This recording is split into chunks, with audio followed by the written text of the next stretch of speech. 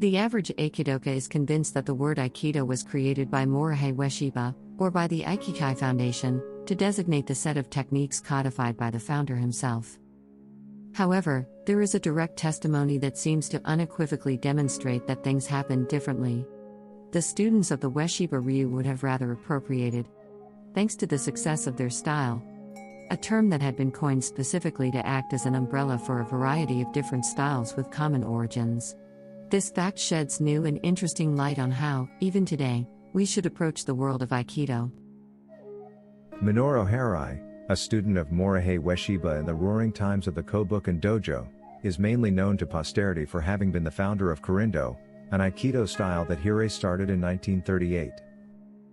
In his Korindo, Harai amalgamated his experiences in traditional jujutsu and the teachings of the first Ueshiba. Minoru Harai, however, should also be remembered for another role he played in support of O-sensei, that of Kobukan's Director of General Affairs. This is how he describes this role in a 2013 interview with Stanley Pranin.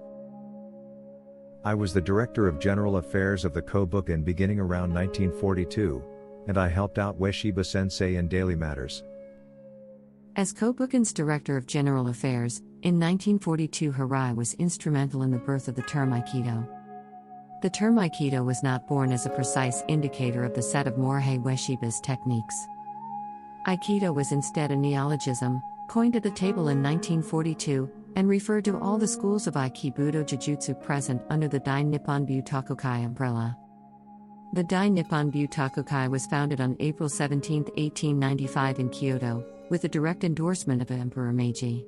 Its mission was to support and regulate all Japanese martial systems, in order to protect Budo's traditional ways of learning and teaching, and the directly associated samurai culture. The Butakukai was the first ever official martial arts organization to be commissioned by the Japanese government.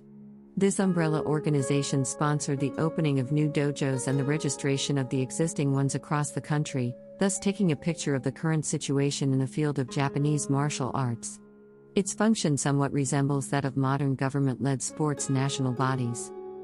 In the early 1940s, the need to establish a new section within Butakukai began to be felt. The situation had changed, and several new martial systems based on Yawara Jujutsu had joined the fray. Ueshiba's Aikibudo was one of them, a popular one, but one of many. The matter was brought in front of the Dai Butakukai Board of Directors. The undertaking was obviously not a simple one, considering the conservative nature of the institution, and the obvious reluctance of the existing members of the Butakukai before the prospect of accepting the entry of new disciplines. The task of negotiating this matter on behalf of Morihei Ueshiba and his Aikibudo-Ryu fell to Minoru Harai, as the Director of General Affairs of Kobukan, then in charge in 1942. This is how Harai recalls the events. It was very difficult to create a new section in the Butakukai at that time. Mr. Hisatomi proposed the establishment of a new section, including arts for actual fighting, based on jujutsu techniques. I also made a number of suggestions and Mr. Fujinoma and Mr. Hisatomi understood my ideas. However, had I not insisted on these things, nothing would have been decided. Tatsuo Hisatomi was Jigoro Kano's Kodokan representative, while Shohei Fujinoma represented the Kendo division. After long negotiations, the term Aikido resulted to be the chosen one. The alternative to it, Aikibudo, which was the originally proposed term, and probably Ueshiba's favorite, had a less characterized sense of Michi-Odo. Interestingly, not long after, Minoru Harai left his position as Kobukan Director of General Affairs, and took a job at the Dai Nihon Butakukai.